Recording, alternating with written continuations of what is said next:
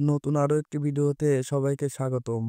Combine board বা gang board, যেটা আমরা নতুন ফ্রিজ বা রাইস কুকার কিনলে এই কম্বাইন বোর্ড লাগানোর প্রয়োজন হয়। কিন্তু আমরা যদি নিজেরাই বাসাবাড়িতে এই বোর্ডগুলো লাগাতে পারি তাহলে তো বেশ ভালোই হয়। আমাদের খরচও বেঁচে গেল এবং নিজের কাজ নিজেই করে নিতে পারলাম। আজ আপনাদের দেখিয়ে দিব কিভাবে সহজে নিজেরাই এ ধরনের কম্বাইন বোর্ড লাগিয়ে নিতে পারবেন।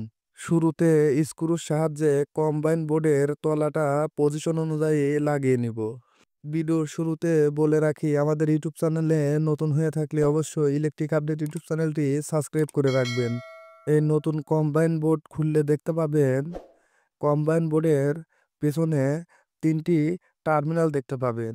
একটি টার্মিনালে এন লেখা আছে এবং অপরটি টার্মিনালে এল লেখা আছে।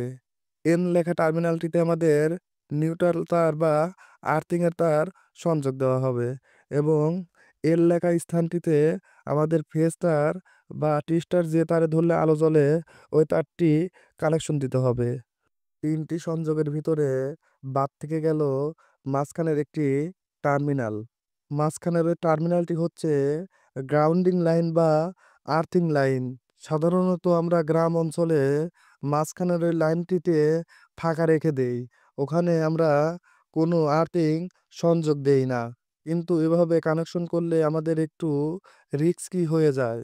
যেমন রাইস কুকার বা ফ্রিজ যদি কখনো বডি হয়ে যায়, বডি হওয়ার পরে আমরা যদি ওখানে হাত লাগাই তাহলে মারাত্মকভাবে একটি শর্ট খেতে পারি।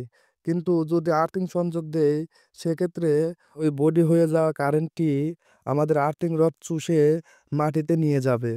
যাই হোক, আপনারা যদি চান নিজেরা বাসাবাড়িতে এ ধরনের কম্বাইন বোর্ড সেট করবেন তাহলে অবশ্যই একটি আর্থিং রড কিনে নিয়ে এসে মাঝখানের লাইনটিতে সংযোগ করে নেবেন।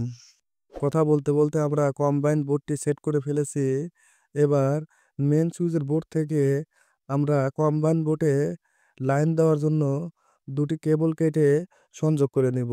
মেন সুইচ থেকে আসা একটি লাল কেবল এবং একটি কালো কেবল একটু করে কেটে ভিতর থেকে তামা বের করে কম্বাইন বোর্ডে লাইন দেওয়ার জন্য ভালোভাবে শক্তভাবে সংযোগ করে নিব।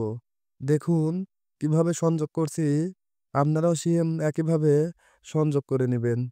আপনারা নিজেরাই যদি এ ধরনের ফ্রিজের বা রাইস কুকারের জন্য কম্বাইন বোর্ড সেট করতে চান অবশ্যই সাবধানতার সাথে কাজ করবেন। একটি দুর্ঘটনা সারা জীবনের কান্না। আপনারা যখন মেন সুইচ থেকে লাইন বের করতে যাবেন অবশ্যই মেন সুইচটা বন্ধ করে দিয়ে নেবেন এবং টিস্টার দিয়ে দেখে নেবেন তারপরেও মেন সুইচ থেকে বোর্ডে লাইন আছে কিনা। অবশ্যই আপনারা নিজেরা যদি সাহস না পান তাহলে ইলেকট্রিশিয়ান ডেকে এনে এ ধরনের কম্বাইন বোর্ড সেট করে নিতে পারেন। যদি ভিডিওটি বুঝতে কোথাও সমস্যা হয় অবশ্যই কমেন্ট বক্সে কমেন্ট করে জানাবেন। নতুন নতুন ইলেকট্রনিক্সের ভিডিও পেতে আমাদের ইলেকট্রিক আপডেট ইউটিউব চ্যানেলটি অবশ্যই সাবস্ক্রাইব করে রাখবেন। মেন সুইচ থেকে আসা একটি লাল কেবল এবং একটি কালো কেবল কেটে আমাদের ওই কম্বাইন বোর্ডে লাইন দেওয়ার জন্য একটু করে করে কেটে নিয়ে সুন্দরভাবে কানেকশন করে নিছি। দেখুন কতটা নিখুঁতভাবে কানেকশন করে নিছি। আপনারা সেম একইভাবে কানেকশন করে নেবেন। কানেকশন করা হয়ে গেলে সেফটি ফার্স্ট সুন্দর করে টেপ দিয়ে লাগিয়ে নেবেন। পর্যায়ে আমাদের কাজ সম্পূর্ণ। অবশ্যই কম্বাইন বোর্ডের ডান পাশে বা প্লাগের ডান পাশে যে ছিদ্রটি আছে ওই ডান পাশের ছিদ্রতে টিস্টার ধরলে আলো জ্বলবে এবং বাম পাশেরটি আলো জ্বলবে না। আমাদের ডান পাশটি হবে ফেজ এবং বাম পাশটি হবে নিউট্রাল। ধন্যবাদ সবাইকে।